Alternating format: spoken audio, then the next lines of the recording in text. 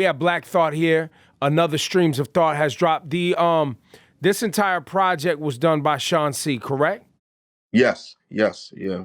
Volume 2 was done by Salam. Volume 2 was Salam Remy in its entirety, and then the first one was Ninth Wonder. yeah. How has that experience been for you as a artist? Just hyper focusing in with one producer and creating a complete body of work. It's been liberating in very many ways because it's there's no there's no required like minimum length of time, that the record has to be in its duration, and there's no maximum. You know what I mean? So it's really whatever sort of comes to be in an organic way. Once one producer and I are sort of locked in, and it's about just patching all the way in with someone that I already have a rapport with. You know what I mean? These aren't forced relationships. There's no awkward silence or, I'm trying to fill you out to see if it works. You know what I mean? We're sort of past that. So yeah, it's been great, and it's been just a dope exercise.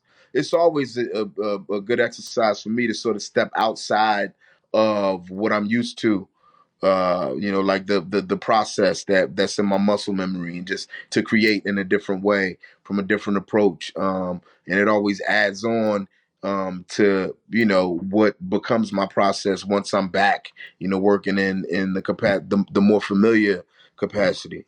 So all of that. We mentioned Thought versus Everybody.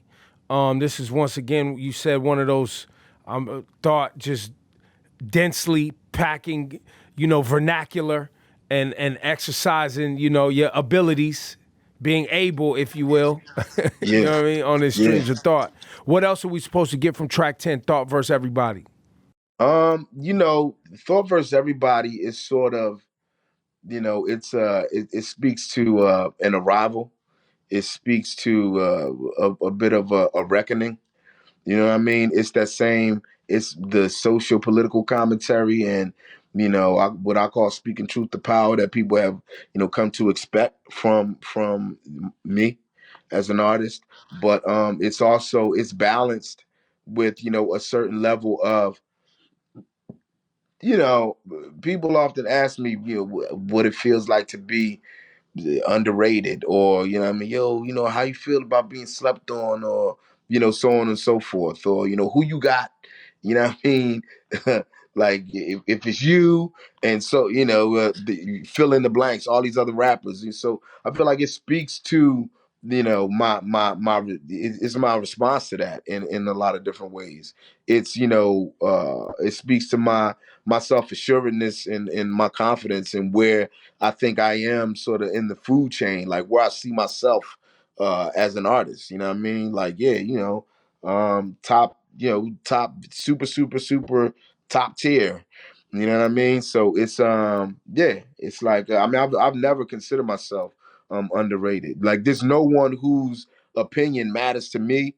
You know what I mean? Like none of the people who inspire me as an artist, or whose validation, matters to me, have ever, rated me any lower than where I sort of see myself. So I feel like Thought versus Everybody speaks to that, and it's again, it's a stream of thought, and that's the first joint we recorded.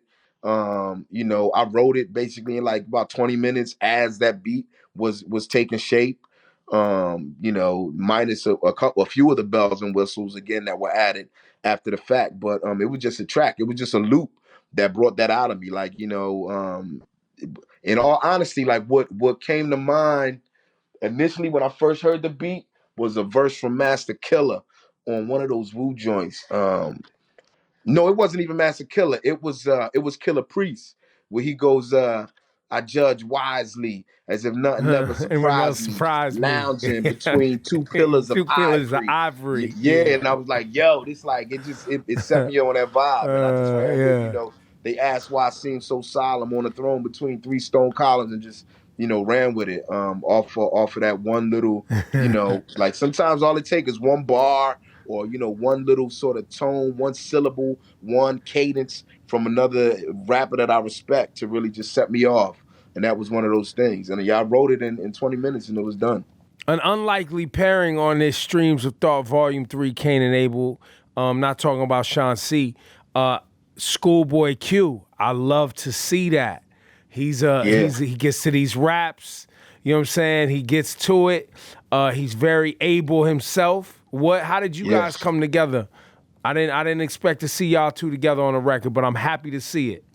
I'm always about lifting up, other MCs. I don't keep it a secret if I'm a fan, if I have a certain level of respect for another artist's craft. Um, yeah, I mean, sometimes it's surprising for them to find out, but I do my research. I keep my ear to the street. I definitely, I'm aware of what's going on, and I listen. So yeah, Q was one of the rappers that I reached out to. You know what I'm saying? I mean, we met and him performing on Fallon on the Tonight Show, and our paths crossed last summer, strangely enough, in Berlin, Germany, and we were just like both chilling at a Buddy. Buddy was performing at Soho Yo, House, like I love Buddy, man. I love yeah, Buddy. Buddy is another one. You know what I mean? So I reach out to these artists and I'm always, you know, just wanting to work together, but I don't want to force it. I want it again to happen in an organic manner when it makes sense, you know what I mean? Like let's rock. So he was one of those artists that it was just a matter of time, like finding the right joint to sort of jump on. And I felt like that particular song, again, that was the another trip. That was a road trip that we had taken to LA. Sean C and I were in LA at the same time and he was like, "Yo, you want to get in and like work on a joint?" So we went to Omas. Omas, who's a member of the Sarah Groove Collective. We went to his studio and we just did something on the spot, and it feels darker. It feels, you know what I mean. I feel like it felt a little bit LA because that's the energy that we was on. We was on the LA type time, so it really if I was going to put anybody on it, I felt like it needed to be a West Coast artist, and that was the one that made sense for me to hit Q to jump on. I want to play Magnificent. This is inspired by a hip hop classic. There's a lot of samples in the original from Special Ed. What made y'all pull this Special Ed energy into Streams of Thought? How did that come together? I've always been a huge Special Ed fan. I feel like he's a pro. Special Ed is a prime example of just the power, the creative power and potential of young people. You know what I mean? Some I feel like sometimes we discredit the youth, like they don't know what they're talking about, or what I'm saying, they don't have the ear or the wherewithal to sort of determine what's dope.